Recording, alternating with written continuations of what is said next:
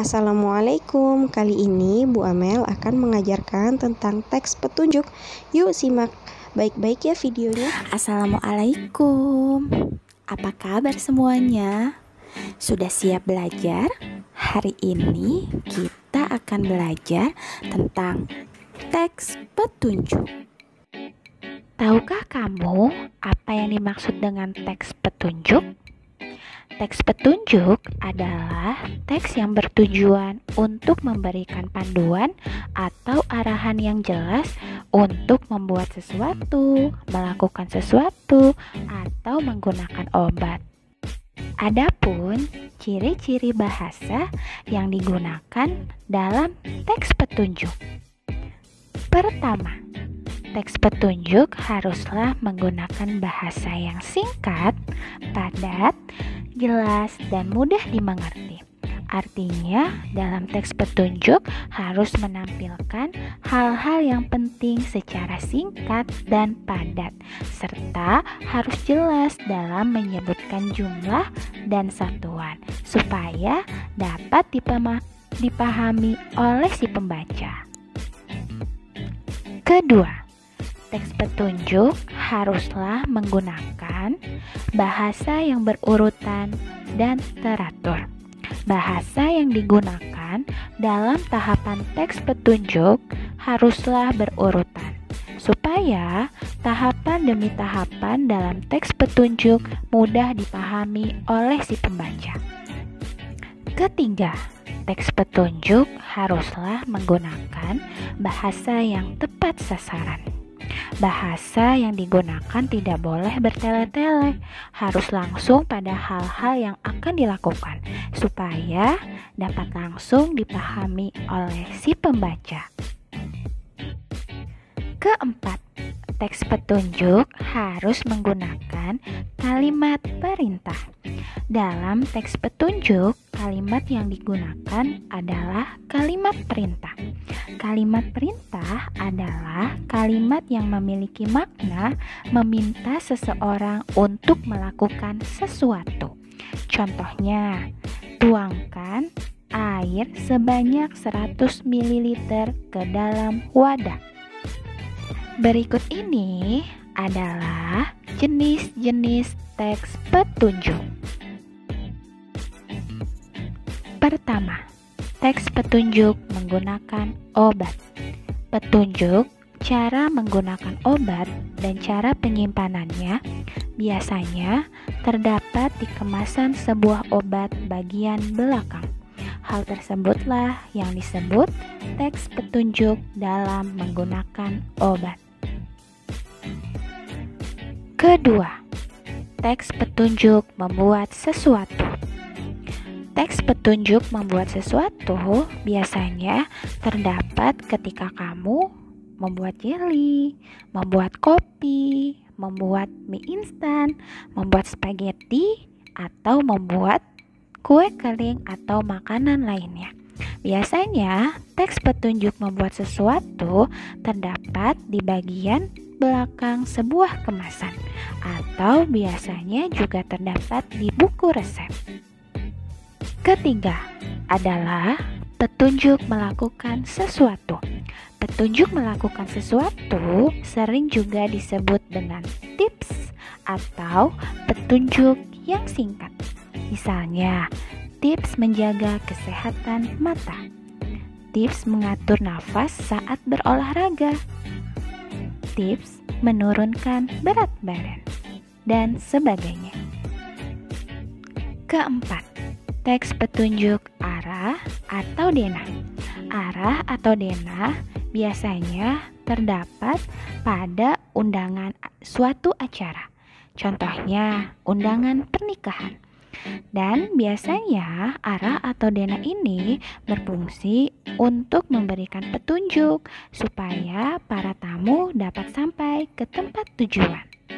Berikut ini adalah langkah-langkah dalam membuat teks petunjuk. Pertama, menentukan jenis teks petunjuk yang akan kamu buat. Jika kamu ingin membuat teks petunjuk, kamu kamu harus menentukan dulu jenis teks petunjuk apa yang akan kamu buat. Bisa teks petunjuk membuat sesuatu, teks petunjuk menggunakan obat, teks petunjuk melakukan sesuatu, atau bahkan teks petunjuk arah atau denah. Kedua, menuliskan tahapan-tahapan petunjuk secara berurutan dan teratur. Tahapan demi tahapan yang akan kamu tulis dalam teks petunjuk harus dituliskan secara berurutan supaya mudah dipahami oleh si pembaca. Ketiga, menggunakan gambar. Dalam menulis teks petunjuk, gunakanlah gambar supaya teks petunjuk tersebut lebih jelas, menarik, dan lebih mudah dipahami oleh si pembaca. Adapun isi yang terdapat di dalam teks petunjuk. Yang pertama adalah pendahuluan. Dalam teks petunjuk, pendahuluan adalah menyebutkan hal yang akan kamu buat. Dan biasanya menggunakan bahasa yang menarik. Pendahuluan dalam teks petunjuk bisa juga disebut sebagai judul. Contohnya, mie rebus yang lezat dan mengenyangkan. Kedua, menuliskan keterangan alat dan bahan. Jika kamu membuat teks petunjuk, haruslah menyebutkan alat-alat dan bahan yang akan kamu gunakan. Ketiga, menuliskan tahapan-tahapan kegiatan. Dalam menuliskan teks petunjuk, kamu juga harus menuliskan langkah-langkah kegiatan dengan urutan yang jelas dan tentunya harus berurutan dan teratur. Keempat adalah penutup. Teks petunjuk juga diakhiri oleh penutup. Biasanya berisi sebuah kalimat. Contohnya, mie siap untuk dinikmati. Kelima adalah menampilkan gambar. Ketika kamu menulis teks petunjuk, usahakanlah kamu menampilkan gambar dalam teks petunjuk tersebut supaya teks petunjuk tersebut menarik dan mudah dipahami oleh si pembaca.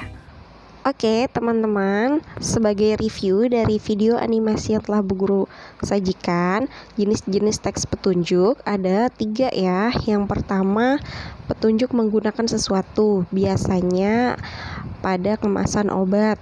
Terdapat cara pemakaian dan cara penyimpanan.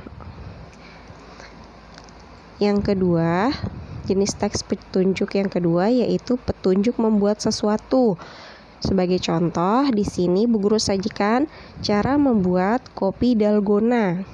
Nah, ada pendahuluan, ada alat dan bahan, dan cara melakukannya. Di sini juga Bu Guru beri contoh cara memasak mie instan. Teman-teman pasti sudah bisa.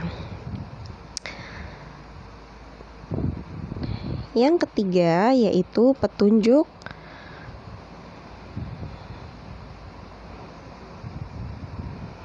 melakukan sesuatu.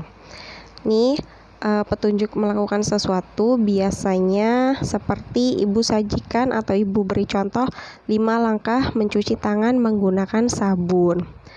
Dan yang keempat adalah petunjuk arah atau denah. Biasanya disajikan peta seperti itu. Oke, biasanya di undangan teman-teman bisa lihat ya petunjuk arah atau denah. Biasanya disajikan menuju lokasi menggunakan angkutan umum apa. Dan yang ketiga, yang selanjutnya adalah langkah-langkah teks petunjuk. Itu ada 3. Yang pertama, menentukan teks atau menentukan jenis teks. Jenis teks yang tadi ada 4 ya. Yang kedua, menentukan tahapan petunjuk secara berurutan dan teratur. Jadi langkah-langkahnya harus teratur dan berurutan. Yang ketiga, disajikan menggunakan gambar seperti yang ada di kemasan Indomie. Nah, isi teks atau isi dalam teks petunjuk seperti tadi yang telah Bu Guru sajikan. Yang pertama ada pendahuluan, yaitu berupa judulnya. Yang kedua, menentukan keterangan alat dan bahan. Alat dan bahan itu biasanya alat adalah sesuatu yang tidak habis, bahan adalah sesuatu yang habis dipakai. Nah, di sini yang ketiga adalah tahapan kegiatan dan harus dituliskan secara berurutan. Dan yang keempat, biasanya kalimat terakhir siap disajikan atau siap disantap. Nah, contoh yang guru berikan adalah kincir angin dari plastik. Kincir angin dari plastik judulnya sebagai pendahuluan, alat dan bahannya sebagai keterangannya, tahapan kegiatan berupa langkah-langkah pembuatan secara berurutan, dan yang terakhir kalimat penutup, kincir angin siap digunakan. Oke, paham teman-teman? Baik anak-anakku sekalian, terima kasih atas perhatiannya telah menyimak video animasi dan video review yang telah Bu Amel sajikan. Selamat belajar dan mengerjakan tugas. Wassalamualaikum.